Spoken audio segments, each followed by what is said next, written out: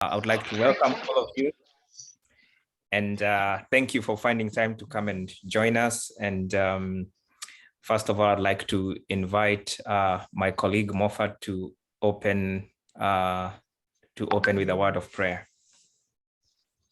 Karibu Moffat. Thank you, Sylvester. Let's pray.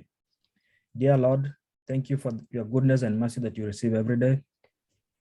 We thank you for this opportunity to share this evening and morning. We are here to discuss a very important topic that will empower us and inform us.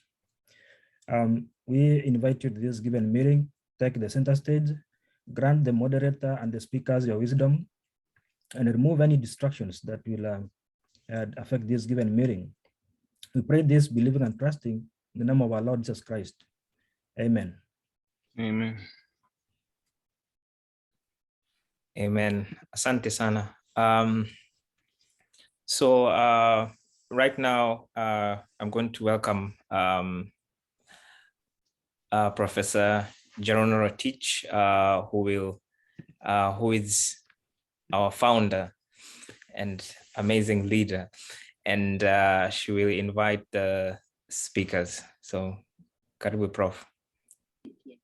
Thank you so much. Normally it's them who do that, but this time they set me up and I didn't have time to push them back. But I would really want to thank all of you for coming in to this session. Like I said, these topics are actually generated by the student leaders. The topics come from them. We just look for the speakers. So it's all about the students. We're here to support them. We've been there, we've done that. So we're just here to guide them, to advise, to stand there with them, you know, just to be there with you every step of the way, because we can only imagine how that journey can be without the support. But you are just so glad and so blessed that you have people like us that you can call, you can lean your shoulder on, you can ask questions. So I want to thank my speakers tonight. I have some of the greatest people here that you can think. We have Professor Dr. Wangui Gathua, who is a faculty member at the Phoenix, Arizona, Grand Canyon University in Phoenix, Arizona. She's a counselor by profession. She's also a coordinator of multicultural and an advocate with the African Family Services in, I believe it's in Iowa. And then she's also a commissioner for the Truth and Commission in the state of Iowa. So we have great personalities here. And then we have my brother here, Dr. Erastus Karanja, who is soon to be, I'm just claiming it, is an associate professor. For the record, you know, in the Department of Computer Information Systems at North Carolina Central University. Before we dwell into our speakers, I also want to recognize our board members who are here, who work behind the scenes to make sure that everything is done. I can see the board members. For KESID, I see Dr. Machai, who's the CFO. I don't know who else is in there. And then we have our executive student leadership. We have Moffat, we have Sylvia, we have Sylvester. I see Eric, I see Moffat, Nancy. I mean, they just are not the most amazing people. They make my day. Amazing people on this earth, amazing human beings to work with. And of course, last and not the least, I want to thank our embassy. You know, it feels so good to be supported by your embassy.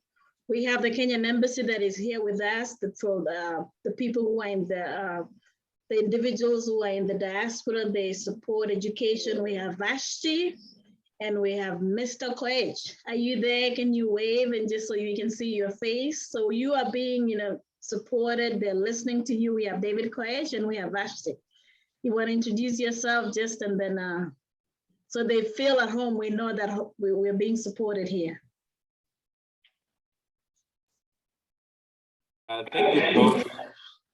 I am David Koech, Officer in charge of Education and Diaspora. I'm happy to be in this call this evening. I wish you well. Our student in diaspora, count on us. If there is anything that we can help, kindly let us know. Sylvester do have my number, Professor Jerono do have my number. I'm not very sure whether Professor Wangui do have my number because I remember her somewhere we met. I know a number of you anyway. I really wish you well this evening. Keep safe. And if there is anything that you want from the embassy, kindly let us know how best we can help. Thank you so much. Thank you so much, Mr. Koech. Is just a phone call away, a text away, and he will help you. Whatever you need, he will do whatever he can do. Yes, Vashti. Vashti. Hello. Sorry. Yes. Sorry, I'm working. I'm at home, but Wow. I'm really glad to be here. And thank you for the opportunities you're creating for the young people and for guiding them. I know many people don't get that opportunity, the guidance when they come to a foreign land. Thank you for the work that you're forging. And I'm actually here with my sister who's very interested in learning and looking forward to learning from this session. Thank you so much. As my boss said, the embassy, we are here to support in any way we can. Thank you. Thank you. Even the little one is there with us. Thank you so much. So without further ado, I'm going to hand it over. We'll start with the ladies first. Is that okay, Dr. Karanja? I know you're still in the office. That's how committed we are. Are you still okay? Yeah, that's good. I'm Okay, good. I'm good. Yeah. All right. So Dr. Wangui, and now Sylvester, take over from there. Dr. Wangui and Sylvester on the show. Sylvester, I don't know whether you want me to get on right on or you want me to wait for you. Oh, just go ahead and just talk about, whatever you're prepared about scholarships for about 5 to 7 minutes, and then we'll hand over to Professor Karanja, and then we can go into the questions that some of the students have asked. Thank you very much, everyone. I am humbled and honored to be, for you to be my audience. And I also recognize that this is way back when KESA was started and then KESID. This is a dream that has come true. Networking in such a way that 2 weeks ago, when Professor Jerono told me, hey, Wangui, we have this going on. You're going to do this. It's usually what in English they say, when you're told to jump, you ask how high. It's later when I saw, okay, the topic is scholarships. So yeah, and that's how it is. Any of you who are here, this networking, it cuts into a lot of the introductions and we go straight to the point. Having said that, I know I've already used one of the 7 minutes and God created me with a lot of words. I'll try and use the précis that I was taught way back. Sylvester, you've talked of prepared to present. This is more, what I'm going to share is my own journey, because a lot of us in this audience are probably international students right now, or they're going to become, they're becoming. So I'll share my journey, and then I'll also put in my support, experiences of my support group who are with me on the journey, and that of my mentees, and those who are also still wanting to come to the US. So cutting a very long story short, the moment I decided that I am coming to the US, it didn't even really come from me. It came from the Education USA Advising Center in right now, at the US Embassy in Gigiri, way back. That time I was working as a dean of Maryhill High School in Thika. And I was leading the guidance counseling department. And one of the things I was doing is the career development counseling. And there were some students who wanted to go beyond just doing our universities in our country and go out of the country. So I was working on that. I would get the director then of that center to the school to talk to the girls. And as we worked with her, because in the process, we'd also talk about the problems the girls were going through, even their home situations, humble financial backgrounds and all that. She told me, you know what, Wangui, if you got, that was way back in before 02. She told me, Wangui, you know what, if you got trained as a counselor, you'd be better at your job. I'm like, what are you talking about? Is there even something like training to be a counselor? And she told me, I don't know of it. I knew when I trained for my BEd in KKU, I was trained in counseling. Then I told her, I only know there are just 3 counselors in the whole country that I know of. Where do you even get trained? Then she told me it doesn't have to be in Kenya. So my journey began there, and I was oriented, and I found it very, very valuable. I still work with them. And the last time I did this kind of presentation was at TUK, Technical University in Kenya, which used to be Kenya Polytechnic, between 2014 and 2017, when I was running the counseling program in St. Paul's University in Nairobi and Limuru and Machakos and Nakuru. And so I have kept in touch with the center, and they prepared me. And one of the things I want to say and to tell mostly the undergraduates who are here, that since then, a lot of undergraduates have used the center. Right now, you would need to become a member of them. You work with them and they walk the journey with you. And even this is more for those who are, if there's anybody in the audience who is in Kenya and is wanting to come to the US, that is one of the places I know they won't let you go until you get a scholarship to the US. Then but even if you're a graduate, they are not very conversant with scholarships for graduate students, but they will also help you. But for me, I was impatient. And also because of not knowing the US and funding for education. And also, I think always kind of naturally being a risk taker, and I guess my education. And not also knowing what was ahead of me. They always say ignorance is bliss. I didn't wait it was going to take too long to come into the US with a scholarship. So I worked with them, I got oriented. And the other thing that really helped with me is being oriented that I am coming to school, get done, and then go home. That was very, very important.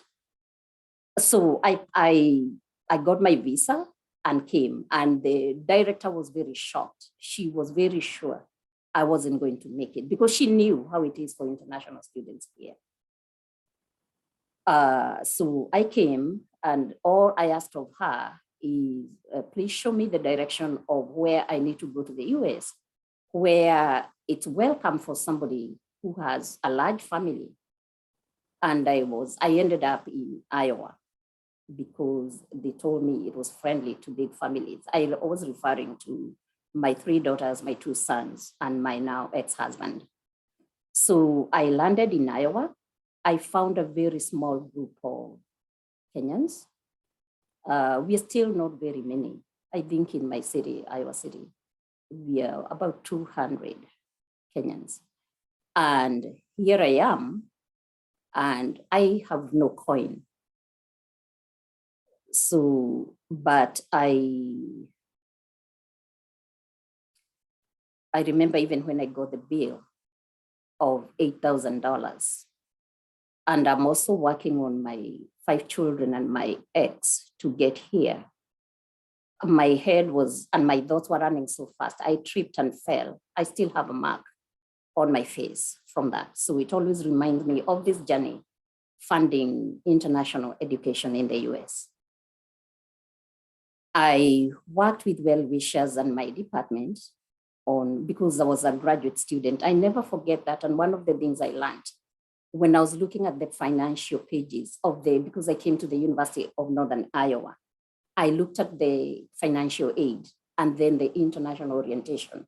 It reads, there is no financial aid for international students. And for undergraduates. So that's one of the things I always keep telling people who are wanting to come to the US. And as undergraduates, I always want to talk to parents and them that it's very difficult. So it's best if one finishes their undergrad studies before coming to the US, and also to get some experience to adults, and also because it's easier. So for me, well-wishers and the church stood in the gap for the balance that I had already incurred. And one of the lucky things in Iowa, in the universities, the 3 state universities, you go to school on credit. But for the next semester, you have to clear the bill before you get in. So that gave me a bit of time to talk to well-wishers and the church to help me clear what I had, because my department and the university came in to give me an assistantship, which is what I relied on as a graduate non-traditional student. I came in when I was 38 to go through graduate school and go all the way to my PhD. And one of the reasons I continued is that I realized when I got done, I graduated, I didn't even have any fare to go back home with all my 5 children and my then ex. So I continued using graduate assistantships and teaching assistantships until I got done. But as I was moving on through my graduate school, there were Kenyans and I found who even taught me how to go about getting a graduate assistantships, whom to talk to, the various university offices. Information as I kept moving on, I taught others who were even in different parts of the US. Some were on the verge of dropping, and some of them would even transfer, maybe from a university like UMass. Maybe they didn't even know much about it, or maybe because the navigation wasn't easier. So there have been some people who have moved here because when they talk about wherever they had been, they felt they had a better chance in Iowa, and it turned out to be true because they graduated. And the other thing is also the culture that you find, the Kenyans that you find, and that's one of the things the center at the embassy is very keen on. They usually want to know whether somebody has some ties. They want you to go to some place where you know somebody or you have relatives. So I have used that knowledge even today to help others, and all that knowledge, and even let them know I took a risk. If you're a risk taker, you can take it. And for me and others, they've taken that risk and it has worked. But at the same time, the STEM subjects in our 3 universities here and our community colleges, those ones, they actually come already with their scholarships in. For me, I guess it's because some of us who are in the social sciences, it's a bit challenging, but in the STEM area, it is best. So even as I work as somebody who is trained in this area, because for my counseling and for training counselors, it's in the area of career development and higher education. Those are some of the options I tell somebody about and how to work on it. And I'm still telling those who are wanting to come in or those who are still going on with school. And I think with that, I'm going to pause there. I'm sure I've gone beyond 7 minutes.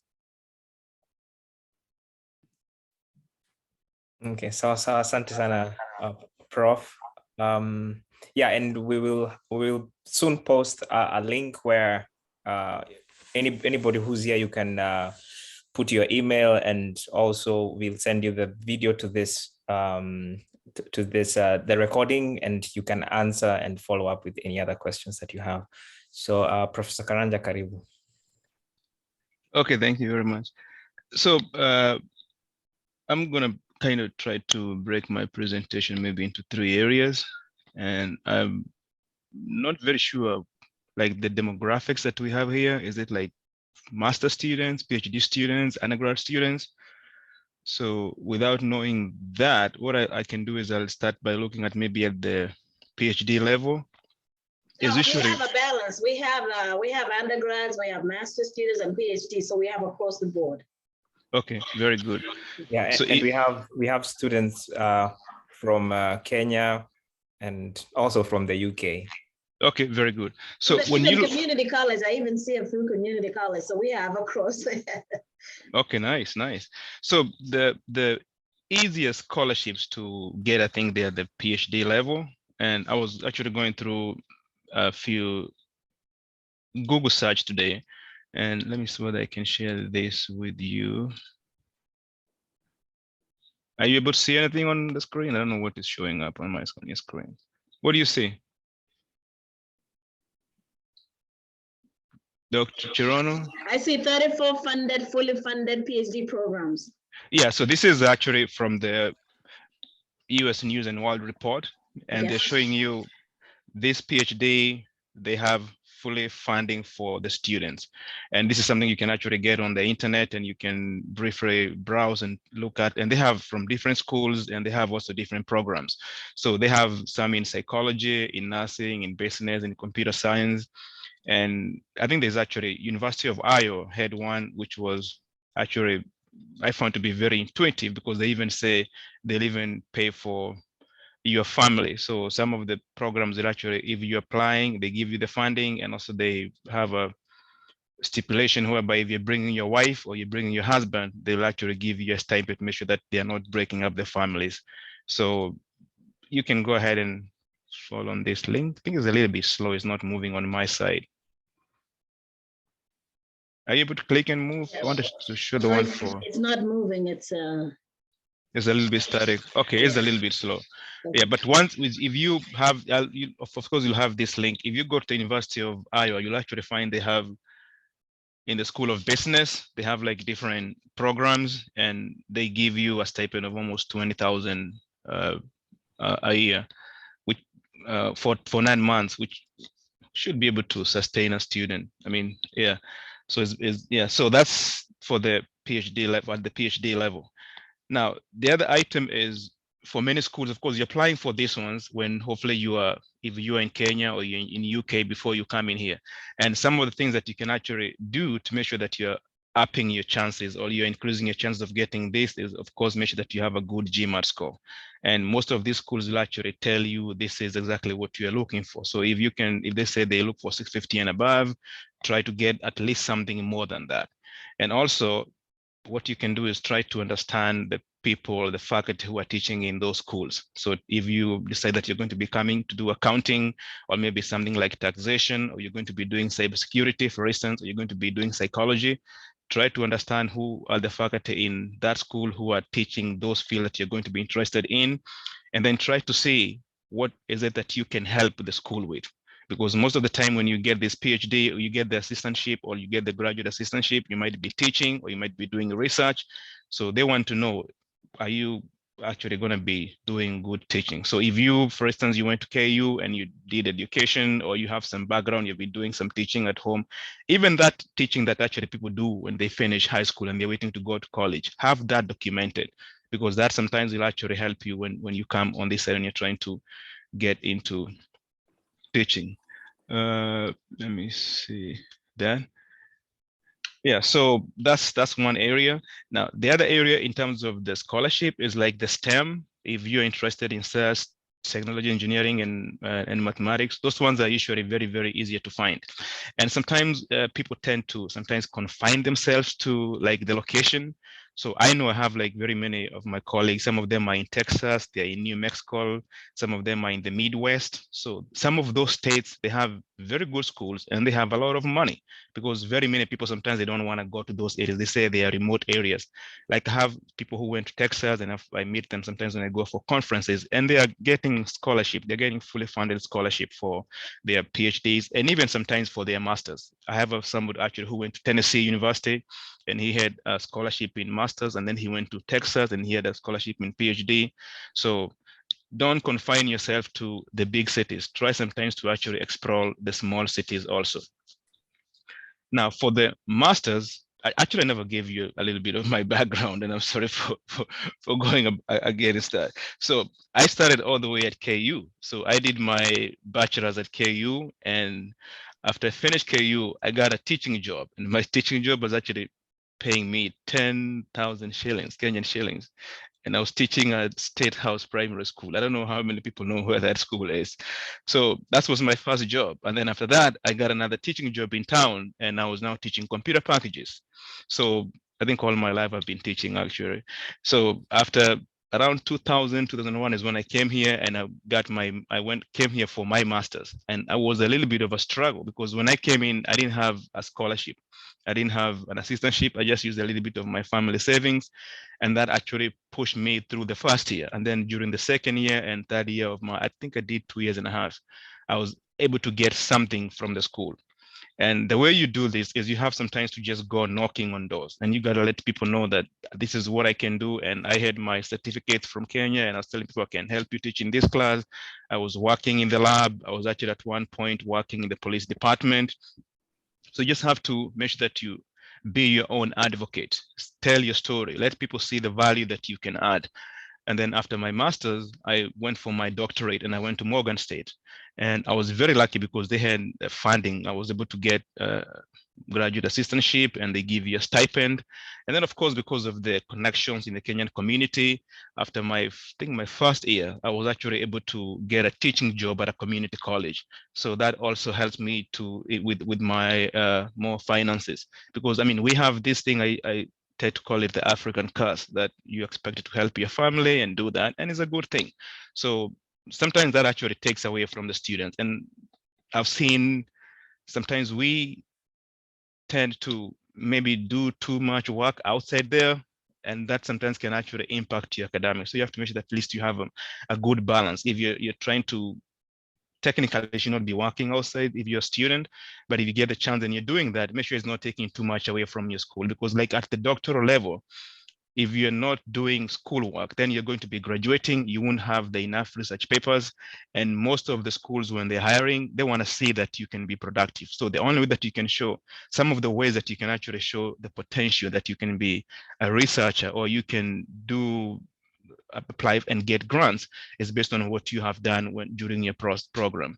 And you'll find that most of those PhD programs, actually they stipulate that at least you have something published or something that has been accepted. And that can help you when you're looking for a job. So make sure that you're not doing too much work out there. I know we have to help our families and you have to give back, but sometimes actually it might be that you do less, so you concentrate more on school, because the payoff will actually be greater once you graduate, hopefully. So for the masters, a few schools will actually give you scholarship for master's program, and sometimes actually it's the smaller schools that sometimes we tend to ignore. Like I know Morgan State is not a big school, but in their master's program for a very long time, they have actually been funding most of the students. So if you have a good Gmat score, they'll give you a stipend. And also because of the environment, Morgan is a place where you might be able to navigate things here and there. They're a very good Kenyan community. So that sometimes can work for you. At the undergraduate, like my colleague said, it might be a little bit more challenging to get a scholarship when you are all the way back at home, but they still do provide scholarship for undergraduate. And one of the things that you can do is at least you have to do a little bit of investment. You're familiar with return on investment. Whatever you put in is what you get. So if you are trying to apply for a scholarship at the undergraduate level, you have to at least make sure that you do like the SAT, and then also at least do a little bit of research on the school, look at their honors program, try to apply through that, try to get information about, maybe sometimes if there are professors who are in that school that you know, or other students who are in that school, sometimes they can help you with creating the connections. But there are scholarships for undergraduates. Sometimes it might be a little bit difficult to get. And there are some schools that I know. I went to Morgan State, so I have a little bit of background on Morgan State. They do provide undergraduate scholarship, and because sometimes they're trying to have diversity, they're trying to get other students from other locations because they want to be more diverse. So they might have that. And if you have a good KCSE result, they will help you with that. Of course, you have to make sure that you get the equivalent of the US, I think is the ASAT. Community college, some of them do that, but the advantage of the community college is some of them are actually not that expensive. Yeah, I'm not very sure about the Kenyan embassy, the US embassy in Nairobi. I know they do give scholarship, they give visas for some students, but I'm not very sure how many they give for community colleges. But what I can say is, if in case you happen to come in here and you are here on a, what is that, the scholarship, what is I-20, if you have an I-20, and you go to school for 1 year and then you feel things are not going your way, instead of dropping out, look for a community college, because most of the community colleges actually allow you to transfer, and you can go to a community college, take some classes as you try to regroup, instead of losing your status and then messing things up. And I have very many friends who have actually gone through that process. They came in here with an I-20 and they found things were a little bit tough. So instead of dropping out, they went to a community college and they kept on taking some classes, and then things worked out, and then they actually were able to transfer to a 4-year college, and most of them have graduated and they're already working. So I'm going to stop there for now, and we can move to the next session. Asante sana, Prof. Now I'm going to invite Professor Rotich, and I can see there are some questions which are coming in, and we'll be addressing that shortly. And I'm happy that Professor Ochieng is also responding to some of them. So, karibu, Professor Rotich. Great. I'm going to keep it brief because most of my colleagues have covered. But I guess the main thing of what we're hearing from this is information, network, get out there, advocate for yourself. So what I want to say is know your why. You know, why are you here? Why are you in school? So once you get to know your why, and you can read the book of Simon Sinek that says, start with a why. If you know your why, and I think all of us know your why, then step out there, get out of there with courage, advocate for yourself, do the right thing, you know, look for those scholarships. Like my colleagues have said, you will find athletic scholarships. Those are very common with the undergraduates. Some of you here on athletic scholarship. Once you get that scholarship, you know your why. Make sure you do what you're supposed to do. You're a student first. That's why they say you're a student athlete. What I've seen many a times is people do not do well either in the academics or they don't do well in their running or in the athletics. So therefore they lose both. So you are a student first. Make sure you're getting the grades. You're getting the grades that you need to get. Go to class, do your homework, do what you need to get done.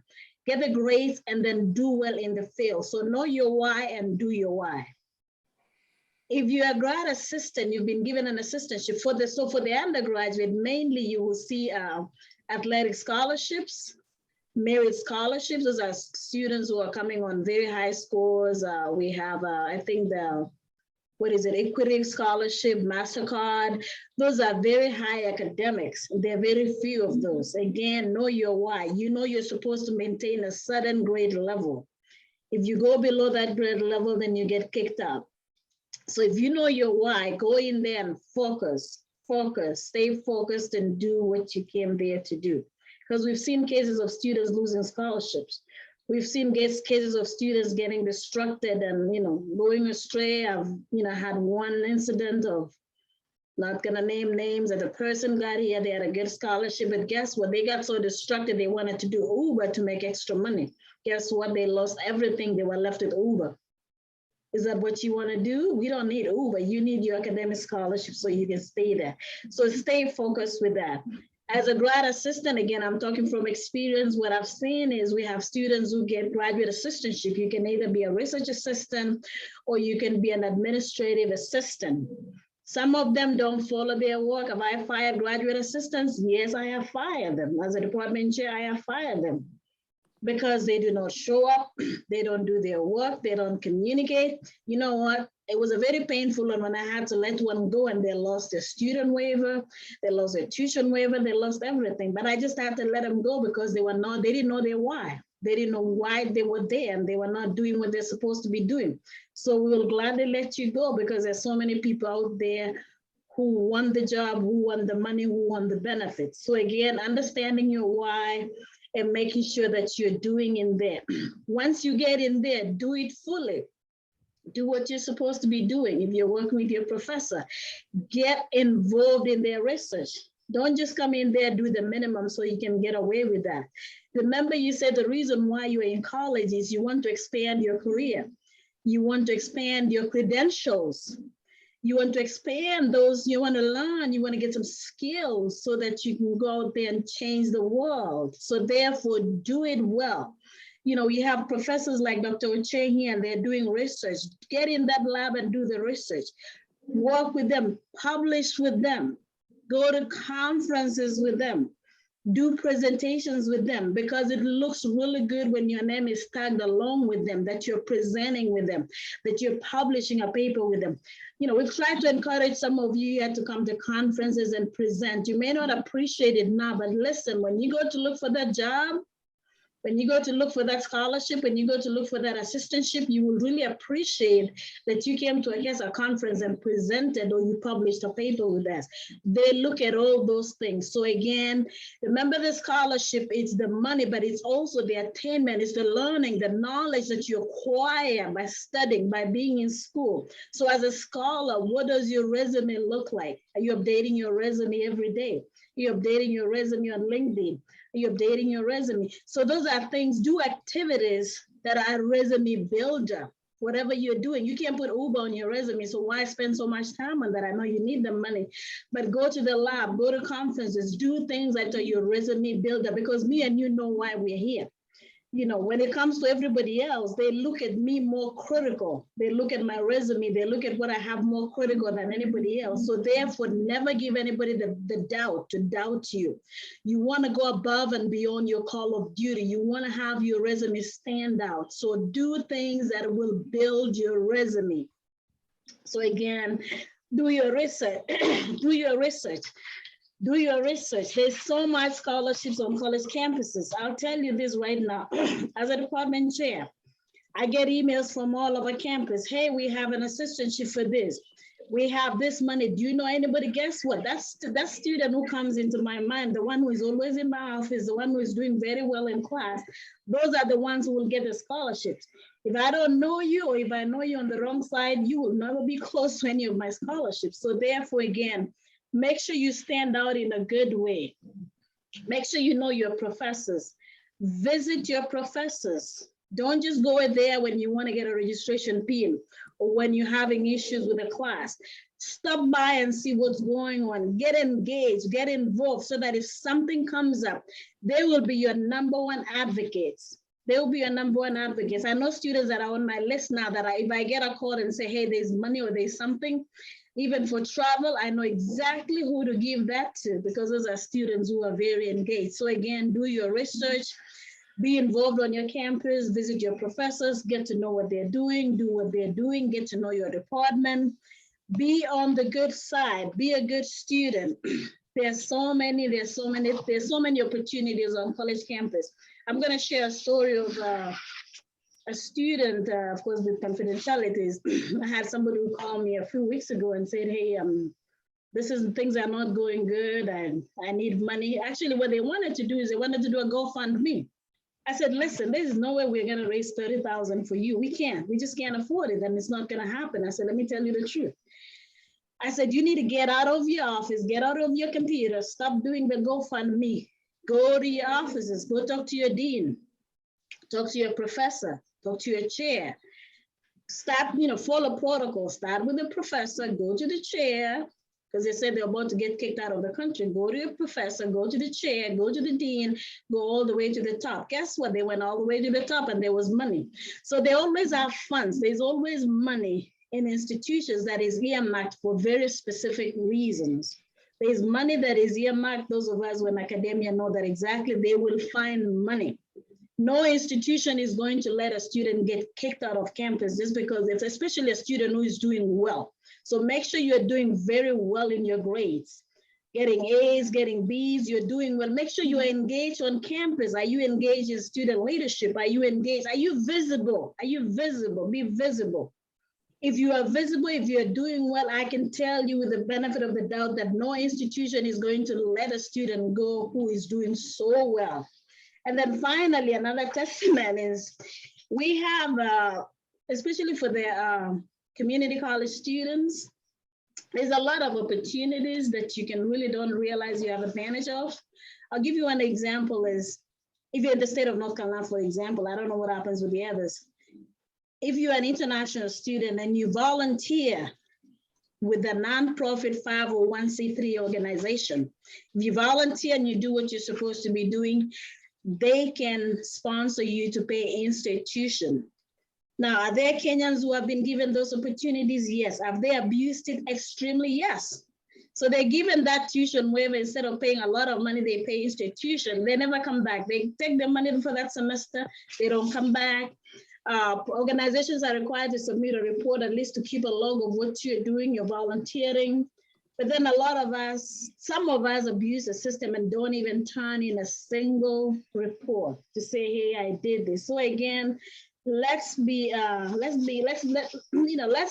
what we're supposed to be doing. You know your why, let's be fair. And there are many people there who will support you. There are many, many opportunities. All I can say is, like my colleagues are saying, do your research, network, network, network, network, know your why, build your resume, get your references done, get in touch, stay in touch, do not be in silos by yourself, do collaborative projects. You all connect. There's a reason why we came together. Do collaborative projects together, because you know what? When you work together, you get so many more accomplished. One last example. I've seen groups of individuals who, like, for example, if you want to publish a paper, they work together as a team. You leading a paper, this one is leading something. At the end of the day, guess what? They have 5 publications. And they're all working together collaboratively. So they have so much done.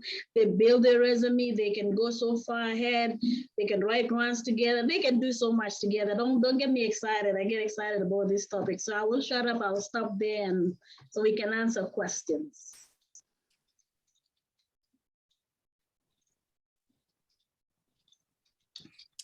Asante sana, Prof. So I've just put some of the questions that we've been able to gather, and we have about 9 minutes, but maybe you, everyone who's here, you can allow us just to squeeze in some more time. And I think the speakers can share these questions, and the ones who will not get them answered, we can follow up with you. We'll put the link right down there for people to register, where we'll send the video and also follow up with some of the questions which are not answered.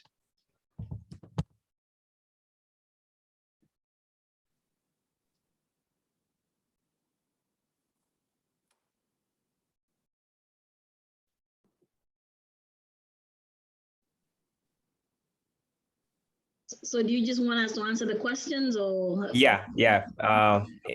Any of the three of you can see which question you can answer.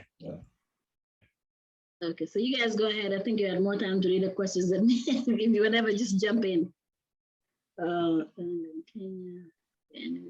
I've seen somebody asking whether one can get a job as a teacher. And this has reminded me that on our KESID WhatsApp, there's somebody who posted something on teachers needed.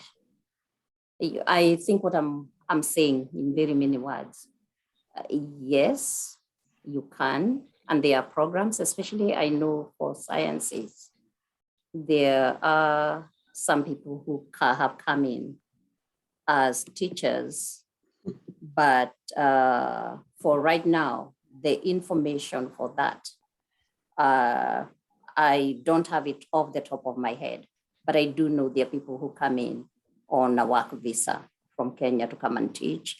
The ones that I know are in the sciences, in math, and yeah, again, STEM is, yeah. And let me see, in the person who asked that question, there were 2 questions with that. Yeah, I think that states were always looking for, I think Florida was one of those that were looking for teachers. So again, like we said, just do your research. We all are so limited. We cannot do so much, but you can do your research. And if you have any questions, we can assist. But yeah, Florida, I know Florida, Dr. Wangui was doing something with that. I'm not sure what they're doing. COVID has kind of slowed everything down. Somebody asked, what do you say about those scholarships that require you to go back to Kenya? What do you do if you do not want to return? Those are the people that nobody wants to sponsor. You have to return. Because if you do not return, you're going to ruin it for everybody else. It's a mandate. In the US, one thing I appreciate with the US is their policies and their rules, and we abide by them. Sio Kenya wanafunja tu rules na unajiendea. I'll give you an example. We have such a great program in New York between Ghana and the US. So the students did not return. Guess what? The whole entire program was shut down. So what you're doing is you're being selfish. You're not giving other people an opportunity. You're not following the rules and the guidelines that are required. Don't even say that word again. You do not, it's not an option. If you don't want to return, then don't come by that scholarship. So again, if you don't, you're gonna ruin that opportunity for everybody. Listen, when you go back, you just have to be there for 2 years. It doesn't. I think there's only a limit of 2 years, and the reason why they want to do this, they want to make sure you're going back to give back to your country. So I don't see anything wrong with do that. Go back to your country, give back, and then come back later. It's like diplomats. Diplomats tell me, I know there are diplomats here. When your turn comes to go to Kenya, you go, right? You don't say you don't want to go. I'm sure Koech and Vashti, when their time comes up to go back to Kenya, they faithfully go back to Kenya. Yeah, can I say something? Back on that. Yeah, go ahead. Yeah, I'll piggyback on that and say, when you're coming as an international student, which is for those of us who are in Kenya, that's the name you get, you realize you're an international student. You come on an F1 visa, which is a temporary immigrant. So, and even when you're getting your visa, you have to prove that you're going back. And specifically the scholarship that Koech is referring to is Fulbright. So the terms of it, between the US government and the Kenyan government. But there are also ways, legal ways of having that waived, the return. So that's one of the other things that when you work with somebody, when I say the people that are working with you, there's some people, especially when you're an undergrad, you're 19 and you've just come from home, you get lost because somebody tells you, you're not even having any life if you're just following all those rules. So yeah, there's the right way of doing the things. And one of them is because if you are staying, come on the right visa. If you're coming to stay, then come as a permanent resident or work or something. But the school one, no. I will stop there with that question. Okay, so I'm going to talk on a little bit on a different perspective. So the question is, can we get a scholarship for PE teachers abroad? Can you get us a job abroad as a teacher? And then I see others, which schools are easier to get a scholarship? So there's a couple of things. If you have so first of all there's always an investment. And I think sometimes we tend to lose that. Like if you want to come to US or you want to go to Europe or you want to go to Australia for school, there has to be an initial investment. So first of all, most of the information is actually available on the internet. So that's one thing that actually has happened because of course, proliferation of IT. So the other point is there's a route that you can actually use to get what you want. Like for instance, most of the schools will actually give you a master's scholarship if you're doing something like mathematics, because they need very many teachers over here. There are very few people who are doing mathematics. So what I've seen some people do is you actually apply for a mathematics scholarship, which can be very easier to get. And then once you come in here, if your dream is to become an accounting professor, once you come in here, you finish your master's in mathematics, then you can go ahead and apply to a PhD program, and you can do your accounting, you can do your finance, you can do your psychology, and you can do anything else. So sometimes you can use that technique, because most of the schools will give you a scholarship, maybe in math, maybe sometimes in biology, especially in the STEM fields. Now, I'm not saying that you're going to be cheating, but because you're still going to be learning something. Math is everywhere. So that's one way that you can actually look at it, because they have very many scholarships in STEM at the master's level, and then you can use that as a stepping stone to get to your PhD. The other point is for the undergraduate. I see there's a question about an undergraduate getting a scholarship. Yes, you can get a scholarship in undergraduate, but you have to make sure that because you're going to be getting what's called the merit-based scholarship. So merit-based scholarship means that you have performed very well at your I think Form 4 exam, or even if you're using the GSE system, but you have to make sure that you convert your transcripts to a system that's going to be applicable in the US, because they don't look at first class, second class, or something like that, or even A+ and the one that you get at the KCSE level. So that's the part of where you have to do the investment, communicate with the school, look at the application criteria, and then try to see how can you put in your work, how can you put in your paperwork so that you can get for the scholarship. The other thing is you have to start early, because like, for instance, when you look at the application time, if the schools here start in August, by when? Is it by Right April? now, between now and May. Yeah, between now We and are May. sending out admission letters. Exactly. So you need to do that. Yep. And also remember, when you go to the embassy, you have to provide the justification for why you want to come and study here. Why can't you do that at home, or and all those other things? So all that is going to be part of what you're going to be investing in. I'm going to stop there and give somebody else a chance. And still on these questions, I think from Ayieko. Thank you for asking us very many questions. There is a question there where you ask, how can one increase the chances of getting scholarships without doing SATs or GRE? My colleague, Dr. Karanja, has talked about putting in the work and investment.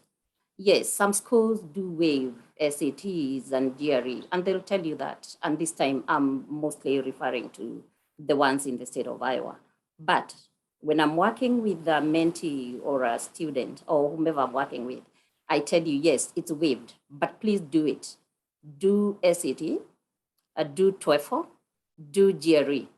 Even if they tell you they will waive, because that's one of the ways you prove to the embassy, because you have to prove they use the word bona fide.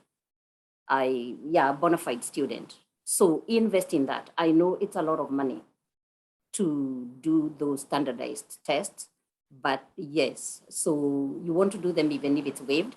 If you don't do it, get a very clear waiver letter from the school. Sometimes they may not even ask for those things, but just better be over-prepared. So that's what I'll say on that one. And a lot of the other questions have been answered. We have answered them, and they will be in the recording. Which courses are favorable? How do you manage to secure jobs or internships over the summer with an F1 visa? Immigration provides for that on something called CPT, Curriculum Practical Training. I'm not going to go into that. Let me just say, yes, you can secure that. But then the details of that is when you can email me if you're doing that, then we can talk about that. Or the school that you're attending, the international office, will guide you through that. I'm excited seeing actuarial science because right now my daughter is doing that. And then there was also, but more so, one of my mentees came in from Kenya to come and do that at the University of Iowa. And he finished with a master's, an MBA.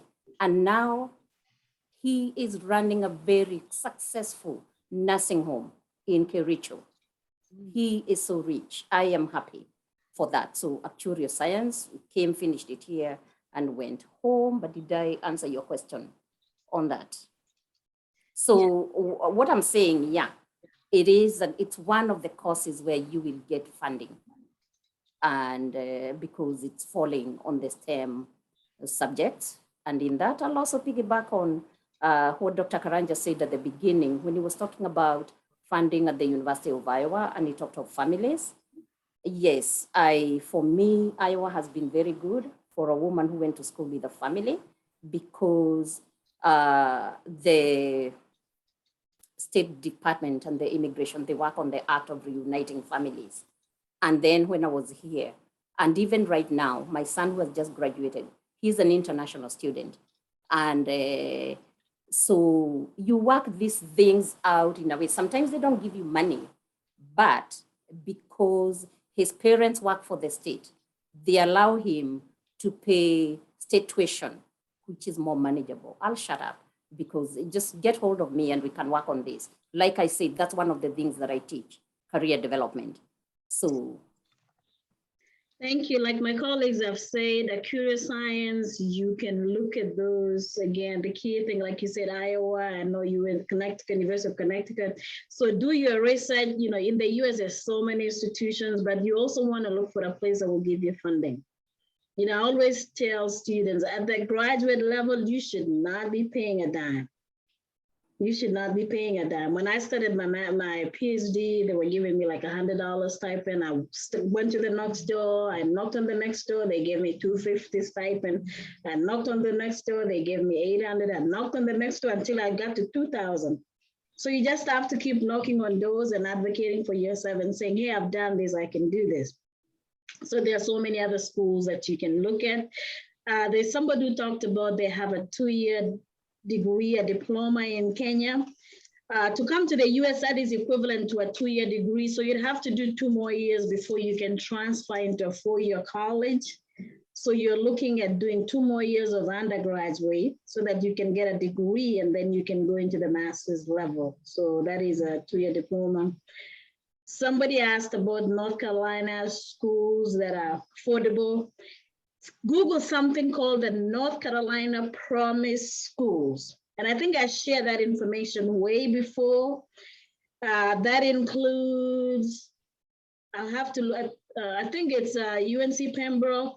There are schools in North Carolina that are very, very affordable. Dr. Karanja, we missed that cutoff with, I think at the time it came to NCCU, we didn't want to take that.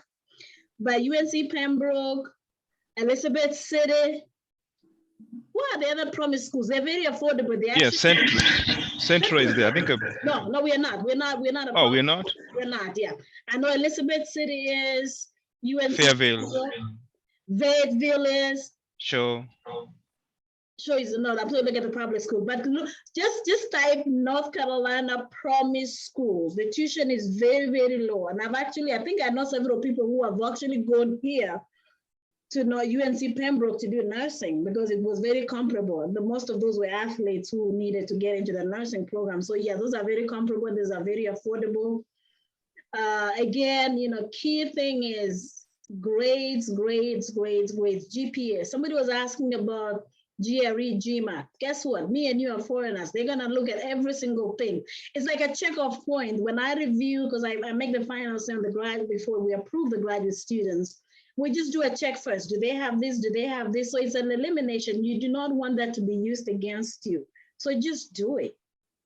Do it, but do it well. I cannot overemphasize. Good grades, good GPA, good recommendation letters, good networks, and do your research. And then, of course, we're here to support or to guide. I'm also going to be specific. For those of you who are in home economics or family consumer science, the Iowa State University, the department is really kind of owned by Kenyans, which started with Professor Olive Mogenda. And even right now, whoever is running it, Professor Ebi and Wangui. So that one is an area where almost everybody who has gone there, they have got their full funding from beginning to finish. So Yeah, but a lot of these things, the questions are very specific. So you have our contacts. We are not able to answer all the questions here, but the mentees that I've worked with all the way from the beginning, from Kenya to the time they graduate, I work with them and we support each other. And also the added bonus that I'm a licensed counselor in Iowa, I'm a counselor educator. So that does help me as we work together. And I don't charge you because we are working as Kenyans. So when I'm working with other people, I charge not less than $40 an hour. So the schools in North Carolina, write them down and start Googling them up.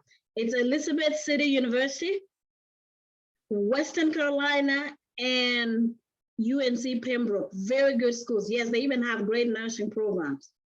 It's nursing, and nursing, you can get immigration sponsorship if you have diploma. Okay, that's somebody writing that. Okay, good. So those are the 3 promise schools, very affordable. You can actually Google them up and compare what you're paying as an international student to what you're paying. Elizabeth City, Western Carolina, and so Fayetteville did not make it. And UNC Pembroke. something I want to add, now that David, you are here, the embassy is represented here, is when I was going to school, I actually got a bursary when I was doing my PhD. It was $1,500, but that money was very, very helpful. So do your research too, whether that one is something that currently, I don't know whether that's available or whether we still have an education attaché. I've not had any reason to look for that, but I did get that, and every little coin, that helped me to pay for my semesters as I did my dissertation. So look there too, and networking. And I'm preaching to the choir and to the saved. The fact that you're here already shows that you're networking. So I'll stop there. And thank the embassy for that, especially because it was a bursary. I didn't have to pay back.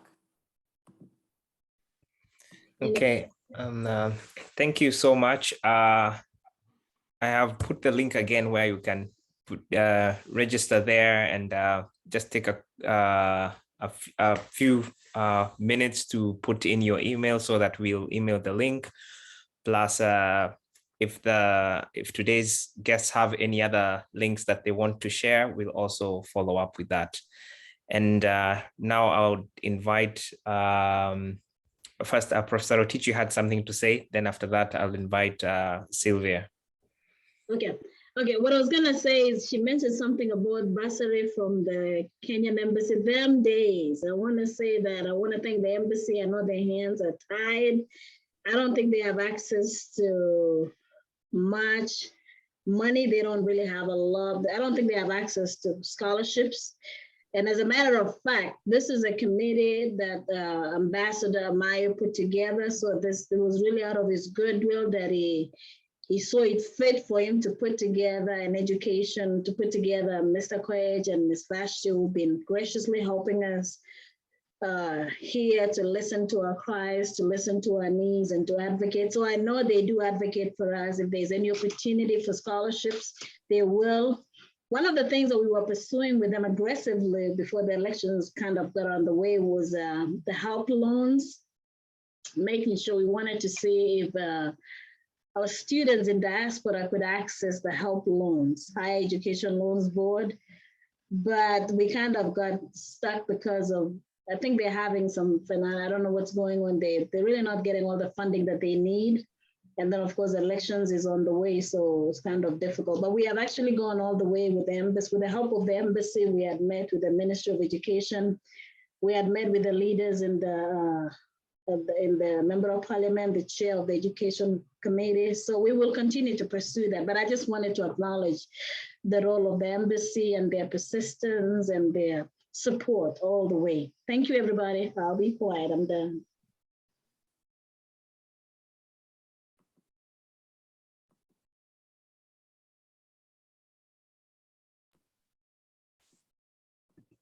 Mr. Koech, do you have anything to say? Or Vashti, to add? Before she says something, can I just say something really quick? So we actually are going to be putting an advertisement for 2 positions in CIS. So if there's anybody who is going to be graduating soon, or they have already graduated and they're trying to change jobs, if you look on our website, North Carolina Central University will have 2 positions in computer information system within the next 2 weeks. So just keep that on your to-do list.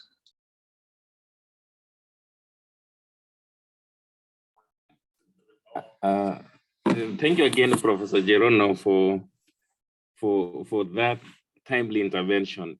That is the exact situation as it is that now as an embassy, we do not have a vote for our Kenyan in diaspora in terms of supporting on issues relating to bursaries. However, we have been relaying the information to the relevant bodies back at home, including the Higher Education and Ministry of Education, the Higher Education Loans Board and the Ministry of Education, so that they could be aware of the challenges our Kenya students abroad are facing. I know, Professor, you have been working on the issue of trying to expand the Higher Education Loans Board beyond the East Africa community, so that it goes beyond the 6 countries, the ring states. We really hope that after the elections, the momentum will still be on, so that we have this matter concluded and rested, and not only concluded, but successfully concluded for the benefit of our Kenyans here in diaspora. And thank you again for those students who would not wish to come back home. You know, honestly speaking, you are leaving your parents back at home, your brothers back at home.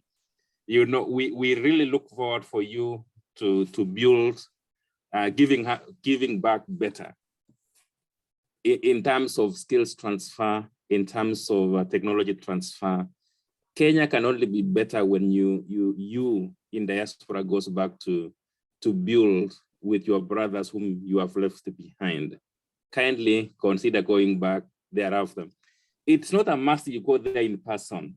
You can still start a business in terms of, if you are a techno student, you can do an incubation center, an innovative center that could employ some Kenyans and would give a solution to some of the issues. Please, my fellow Kenyans, tunawaangalia sana, kindly remember us back at home. We need you guys. Let us build our country for better of tomorrow. Thank you so much. You know, you have not, you didn't come alone. There are so many of your brothers, your schoolmates, your clansmen. They need you. They need your services. Please remember back home. Thank you so much, Prof, again.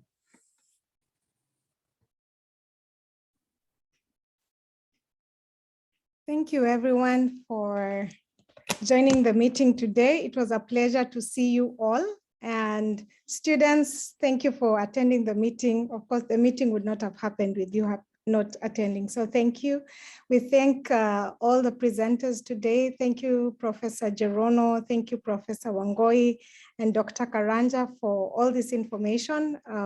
Hopefully we've all gotten something that we didn't know, or we've been reminded of the things that we had, forgotten about. So thank you for that.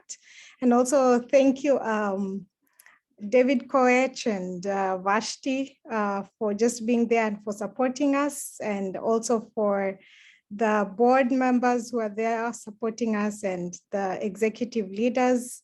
We appreciate you all. And so we'll have our next meeting in April, and we invite all of you to come. We'll be sending out information about that. And we also have our graduation in May. So if you're graduating, please reach out to us. And you can put your information on the link that has been sent. So that can help us have an idea of who you are and how we can assist you and prepare for that. And also we have the KESA conference coming up.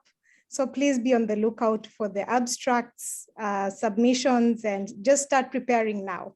As we've been advised, you're investing. So coming to the conference, it may seem a lot, but it's an investment for the future, not just in terms of money, but in terms of career and professional building.